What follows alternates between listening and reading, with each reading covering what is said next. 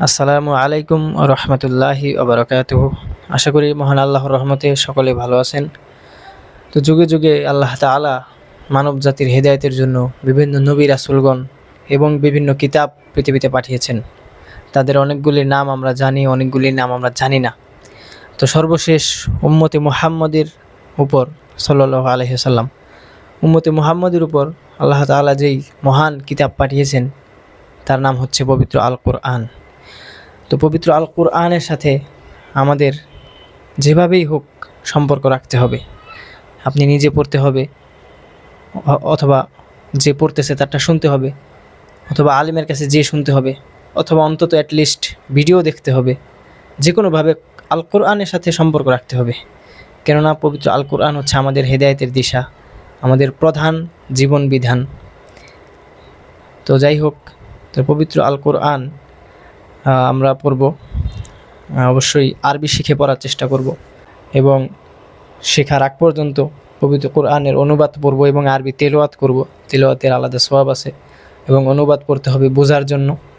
অবশ্যই আরবি হচ্ছে কোরআনের ভাষা, আরবিতেই বুঝতে হবে ফাইনালি, তবে সেই পর্যন্ত অনুবাদ পড়তে হবে। তবে এখানে একটা কথা না বললেই নয়, সেটা হচ্ছে যে পবিত্র কোরআনের বিষয়টা এরকম না যে আপনি পড়লেন, আপনার মনে যা চাইলো তা বুঝলেন না। এটা পবিত্র কোরআন বোঝার সিস্টেম না। পবিত্র কোরআন বুঝতে হবে কিভাবে, রাসূল সাল্লাল্লাহু আলাইহি সাল্লাম কোরআন কিভাবে বুঝেছেন, কিভাবে বুঝাইছেন, এবং তার সাহাবীগণ কিভাবে কোরআন বুঝেছেন, বুঝাইছেন, এবং পরবর্তী আলেম ওলামাগণ কীভাবে বুঝেছেন, বুঝাইছেন, এই সবগুলি সম্মিলিতভাবে পবিত্র কোরআন বুঝতে হবে। নিজের মন মতো বোঝা যাবে না। এবং এই ব্যাপারটা কি বলে তাফসির, যে কোরআনের ব্যাখ্যা। কারণ পবিত্র কোরআনের 2 নম্বর সূরা বাকারার 151 নম্বর আয়াতে আল্লাহ তাআলা বলেছেন যে কামা আরসালনা ফীকুম রাসূলাম মিনকুম ইয়াতলু আলাইকুম আয়াতিনা ওয়া ইউযাক্কিকুম ওয়া ইউআল্লিমুহুমুল কিতাবা ওয়াল হিকমাহ।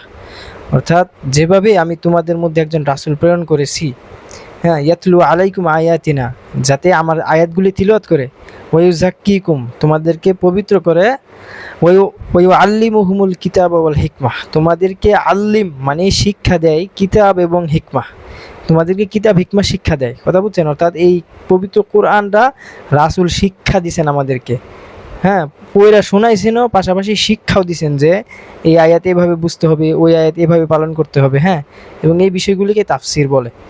এবং সূরা নাহলের 44 নম্বর আয়াতে, 16 নম্বর সূরা 44 নম্বর আয়াতে আল্লাহ তাআলা বলছেন যে ওয়া আনজালনা ইলাইকা যিকরা লিতুবাইয়িনা লিন-নাস, যে তোমার প্রতি নাজিল করেছি কোরআন লিতুবাইয়িনা লিন-নাস, যাতে তুমি মানুষের কাছে বাইয়িনা স্পষ্ট করে বুঝিয়ে দিতে পারো।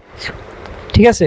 তো এই আর কি, পবিত্র কোরআন নিজের মন মতো বোঝা যাবে না, বুঝতে হবে রাসূল কিভাবে বুঝিয়েছেন সেভাবে। তো যাই হোক, যেটা বললাম যে পবিত্র কোরআন থেকে দূরে যাওয়া যাবে না, পবিত্র কোরআনের সাথে সম্পর্ক বজায় রাখতে হবে। তো পবিত্র কোরআনের সাথে সে সম্পর্ক বজায় রাখার জন্য ছোট্ট একটি উদ্যোগ নিয়েছি। সেটি হচ্ছে পবিত্র কোরআনের সরল রিডিং এবং অনুবাদ এবং সংক্ষিপ্ত তাফসির ভিডিও করে করে ফেসবুকে আপলোড করব, যতটুকু আমার সাধ্যে আছে ততটুক।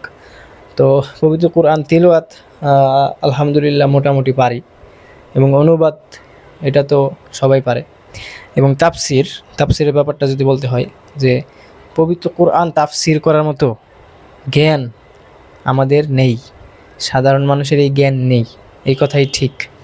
তবে যাদের জ্ঞান আছে তারা তো পবিত্র কোরআন তাফসির করে দিয়ে গেছে, তাই না? বিভিন্ন যুগে তাফসির ইবনে কাসির, তাফসিরে তাবারি, হ্যাঁ, এরকম অনেক তাফসির আছে পৃথিবীতে, তাফসির আস-সাদি আধুনিক যুগের মধ্যে। তো যাই হোক, তো যারা তাফসির করে দিয়ে গেছে তাদের তাফসির অন্তত রিডিং পড়ার তো আমাদের যোগ্যতা আছে, তাই না? হ্যাঁ, এবং রিডিং পড়ার কি অনুমতি আছে? হ্যাঁ, আছে। কারণ যদি সাধারণ মানুষ নাই পড়তে পারে, তাহলে আর তাফসির লেখছে কেন, তাই না? তাফসির লেখছে যেন সাধারণ মানুষ পড়ে বুঝতে পারে কোরআন। হ্যাঁ, তো আমরা পবিত্র কোরআন সংক্ষিপ্ত তাফসির পড়ার চেষ্টা করব এবং আপনাদেরকে ভিডিওর মাধ্যমে সেগুলি উপহার দেওয়ার চেষ্টা করব। তো আমাদের এই মহৎ উদ্দেশ্যের এই যাত্রায় আমরা যেই তাফসিরের সাহায্য নেব সেটি হচ্ছে তাফসির ফাতহুল মাজিদ। এটি অত্যন্ত চমৎকার একটি তাফসির, মোটা সংক্ষিপ্তর ভিতরে আমার কাছে মনে হয় যে বাংলাদেশের বেস্ট তাফসির এটাই, সংক্ষিপ্তের ভিতরে। হ্যাঁ, তো এটা দিয়ে ইনশাল্লাহ আমরা করব, এটা দিয়ে আমরা ইনশাল্লাহ এই এই আমাদের এই যাত্রা চালিয়ে যাব। আপনারা পাশে থাকবেন ইনশাল্লাহ। আজকেই হয়তো সূরা ফাতিহার ভিডিও আপলোড করব ইনশাল্লাহ। তো আপনারা সবাই ভিডিওগুলি নিজেরা দেখবেন এবং ভিডিওগুলি শেয়ার করবেন এবং আপনাদের বন্ধুবান্ধব আত্মীয় স্বজনের কাছে পাঠাবেন, তাহলে তারাও এখান থেকে উপকৃত হতে পারবে ইনশাআল্লাহ। তো এই বলে আজকের ভিডিও আর লম্বা করব না। সকলের সুস্বাস্থ্য কামনা করে, সকলের হিদায়াত কামনা করে এবং আমার নিজেরও হিদায়াত কামনা করে ভিডিওটি এখানে শেষ করছি। আসসালামু আলাইকুম ওয়া রাহমাতুল্লাহি ওয়া বারাকাতুহু।